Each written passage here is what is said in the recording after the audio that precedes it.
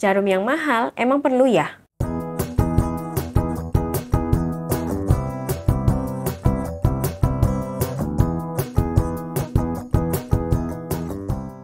Sebagai disclaimer, harga mahal itu relatif ya teman-teman. Yang saya maksudkan di sini adalah harga mahal itu adalah jarum kualitas premium. Oke, jadi flashback sedikit ya teman-teman. Jadi awal mula saya merajut itu sekitar tahun 2008, ketika itu saya masih kuliah. Jadi saya selalu menggunakan hakpen itu yang harganya 2000 sampai 3000-an. Itu hanya hakpen yang tanpa handle dan dia itu materialnya dari besi. Saya selalu menggunakan hakpen tersebut untuk mempelajari berbagai macam pola nih teman-teman. Baik itu pola dari buku, kemudian dari tutorial, saya selalu menggunakan hakpen tersebut. Nah, pada saat itu saya merasa tidak bermasalah ya teman-teman. Jadi aman-aman aja menggunakan hakpen rajut tersebut. Bahkan saya tuh banyak banget membuat berbagai macam project nih menggunakan hakpen tersebut. Seperti saya tuh bikin pouch handphone zaman dulu, kemudian pouch iPad. Kemudian saya juga mempelajari berbagai macam tutorial nih, seperti bikin topi, bikin taplak meja, semua hal-hal yang project-project basic itu saya benar-benar tidak masalah menggunakan hakpen tersebut. By the way, zaman dulu tuh nggak ada ya pola-pola digital yang lembaran seperti itu, semuanya itu adalah dari buku rajut. Nah, bagi teman-teman yang cari buku rajut, ini ada rekomendasi buku rajut yang teman-teman bisa cek ya. Nanti linknya akan saya taruh di kolom deskripsi. Oke, balik lagi ke urusan hakpen. Saya tuh benar-benar tidak ada masalah ya menggunakan hakpen saya yang zaman dulu ini. Sampai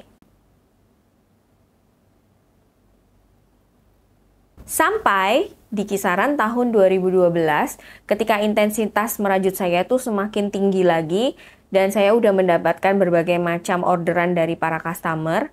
Nah, disitulah masalah mulai muncul. Lama-kelamaan ketika saya mulai merajut menggunakan hakpen besi ini, itu tangan saya itu sering banget blister nih teman-teman, atau lecet seperti itu. Nah dari situ saya nih merasa harus upgrade hakpen nih. Apakah saya harus mengganti material dari hakpen tersebut ya, tidak besi lagi, ataukah saya harus mengganti misalnya dari bambu atau dari kayu. Saya benar-benar clueless banget nih teman-teman. Sampai saya itu browsing di internet gitu ya, mencari-cari kira-kira hakpen apa sih yang benar-benar nyaman banget ketika dipakai. Nah, di situ saya juga baru tahu nih ada hakpen yang bermerek Clover. Nah, dari situ saya semakin penasaran nih teman-teman. Kira-kira kenapa sih hakpen Clover itu kok rekomendasinya tuh bagus banget gitu? Apakah dari bahannya, kemudian dari handle-nya yang ergonomik seperti itu? Saya semakin penasaran banget dan saya tuh juga mencari-cari nih, kira-kira toko mana yang menjual hakpen Clover ini. Nah, kebetulan banget nih ada toko benang rajut di Surabaya yang menjual hakpen Clover ini.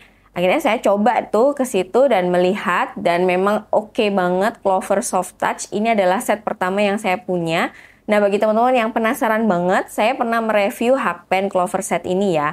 Nanti linknya akan saya taruh di kolom deskripsi, teman-teman bisa langsung cek aja ke situ. Sebagai disclaimer, saya tidak disponsori oleh Clover ya teman-teman. Jadi ini adalah murni pengalaman saya menggunakan hakpen Clover.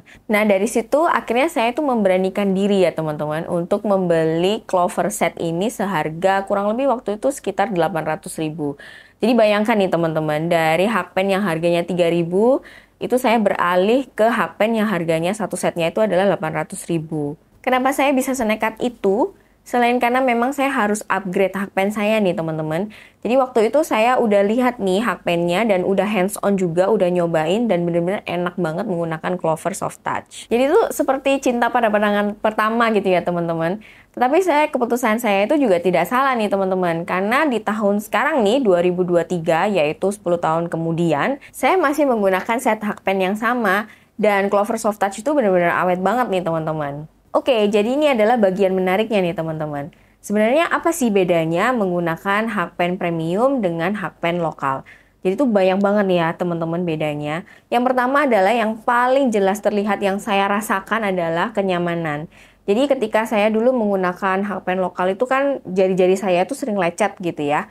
Dengan saya berupgrade nih menggunakan hakpen yang berhandle itu sangat mengurangi lecet-lecet di jari saya. Bahkan aman ya teman-teman, tidak lecet sama sekali. Kemudian untuk durasi merajutnya itu saya bisa dengan lama nih teman-teman. Jadi kalau misalnya lama merajut itu tangan tuh rasanya nggak pegel gitu. Terutama untuk hakpen-hakpen yang berhandle itu memang nyaman banget ketika dipakai. Kemudian kalau misalnya hakpen yang premium itu ya, ujung hooknya itu cenderung dia itu walaupun tajam tetapi dia smooth gitu ya, atau halus permukaannya. Beda banget dengan jarum lokal atau hakpen lokal, itu biasanya ujungnya tuh sangat tajam dan itu bisa nyangkut-nyangkut di beberapa jenis benang seperti itu teman-teman. Nah itu adalah salah satu beda yang merupakan menurut saya itu penting banget ya.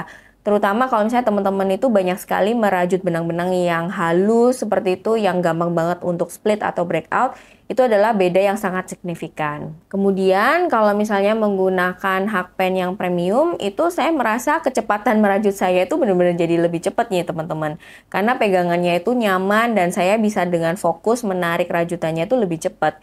Dibandingkan kalau misalnya hakpen yang lokal, yang tidak ada handle-nya itu jauh lebih lama proses merajutnya. Jadi balik lagi nih ke topik pertanyaan, kapan ya kira-kira kita harus upgrade jarum rajutnya?